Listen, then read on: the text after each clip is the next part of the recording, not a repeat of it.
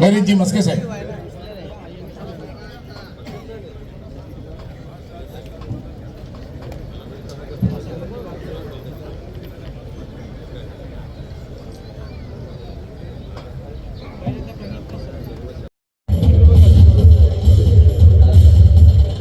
यानंतर खासदार साहेबांच्या युवा सेनेच्या वतीने चला लवकर. त्याचबरोबर त्यानंतर ऐरवलीचे ॲडव्होकेट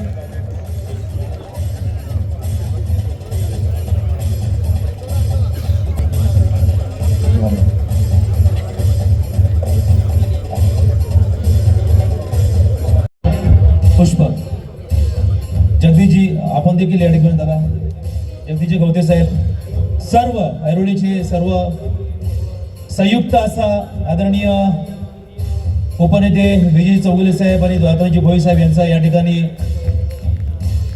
दिला जात आहे. जरा जोरदार टाळ्या झाल्या पाहिजे, जोरदार टाळ्या.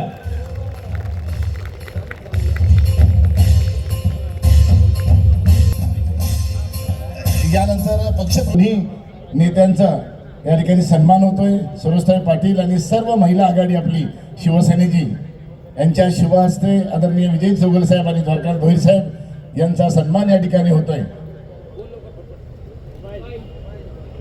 आणि रोहिदास पाटील साहेब यांचा काल वाढदिवस आणि ज्यांचा पक्षप्रवेश आज होणार आहे ते सन्माननीय कृष्णकांत तिवारी, अध्यक्ष तिरंगा मित्र मंडळ कोपरखिरणे आणि माजी शाखा माधवी गायकवाड यांना विनंती करतो आपल्या कार्यकर्त्यांचं व्यासपीठावरती या. आपला प्रवेश शिवसेनेमध्ये खासदार साहेब, हा सत्कार आपल्या सर्वांच्या वतीनं खासदार आदरणीय चौगुले साहेबांना पुष्पगुच्छ देऊन त्यांचं या ठिकाणी स्वागत करतायत. आणि रामाची प्रतिमा, धनुष्यबाण हाती घेतलेली रामाची प्रतिमा, ह्या दोन आपल्या मार्गदर्शक आदरणीय विजयजी चौगुले यांच्या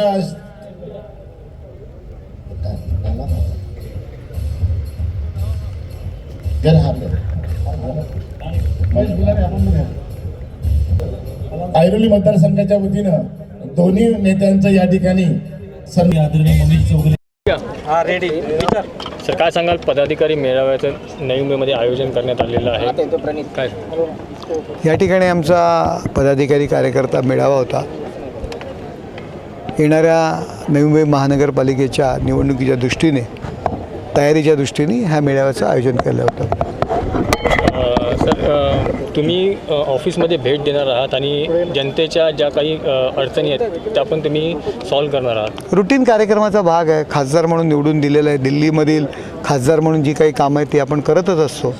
बरेचसे जण ठाण्यातल्या कार्यालयात येत असतात. आमचे पदाधिकारी, कार्यकर्ते, आमचे नगरसेवक हे लोकांच्या संपर्कात असतात. एक दिवस आपणही लोकांच्या संपर्कात येऊ, लोकांपर्यंत पोहोचू, अशा पद्धतीने कामाची पद्धत आम्ही ठेवलेली. पालिका ज्या आहेत निवडणुका त्या जर का युतीमध्ये झाले तर ठीक, नाही तर एकला चलोचा नारा. आमचे मुख्य नेते एकनाथ शिंदे साहेब यांनी सर्व ठिकाणी स्थानिक स्वराज्याच्या संस्थाच्या ज्या काही निवडणुका आहेत महायुती म्हणून लढण्याचा निर्धार केलेला आहे. त्यातूनही जर काय आदेश असेल किंवा त्यातूनही काही वेगळे काय होत असेल तर दोन्ही पद्धतीने आम्ही निवडणुकीला तयार आहोत. आमचं पहिलं प्राधान्य. आणि अजून निवडणुका जाहीर व्हायच्या बऱ्याच गोष्टी आहेत. आणि आत्ता सध्या पक्षवाढीच्या दृष्टीने प्रत्येकजण बोलतच असतो की आपण आपली निवडणूक आपण वेगळे लढू, परंतु शेवटी नेते असतात, नेत्यांनी निर्णय घ्यायचा असतो. नेत्यांनी जो निर्णय घेतला आहे त्याचं तंतोतंत पालन करण्याचं काम आमच्यासारख्या कार्यकर्त्यांचं आहे. सुरेश दास यांनी धनंजय मुंडेची भेट घेतलेली आहे. कुठेतरी पुन्हा एकदा एकेकाळी विरोध होता आणि आता भेट घेतलेली आहे. चर्चांना वेगवेगळे उदाहरण येतात. त्या दोघांनाच विचारायला लागेल, सुरेश दास आणि मुंडेंना. मी काय सांगू शकतो, कारण त्या बैठकीला मी काही हजर नव्हतो. भास्कर जाधव देखील नाराज आहे असं म्हटलं जात आहे, कोकणचा एकमेव आमदार. भास्कर जाधवांचे मी पण सकाळपासून 2 दिवस ऐकतोय की मी म्हणजे माझा उपयोग करून घेतला नाही. ज्या पद्धतीत उपयोग करून घ्यायला पाहिजे होता त्या पद्धतीत उपयोग करून घेतला नाही. कार्यकर्ते, आमदारांना वेळ नाही यांच्याकडे. यांना राहुल गांधी आणि केजरीवाल यांना भेटण्याकरता वेळ आहे, त्यांचं दुःख सावरण्याकरता यांना वेळ आहे. त्यामुळे त्यांना घरघर ती लागलेली आहे.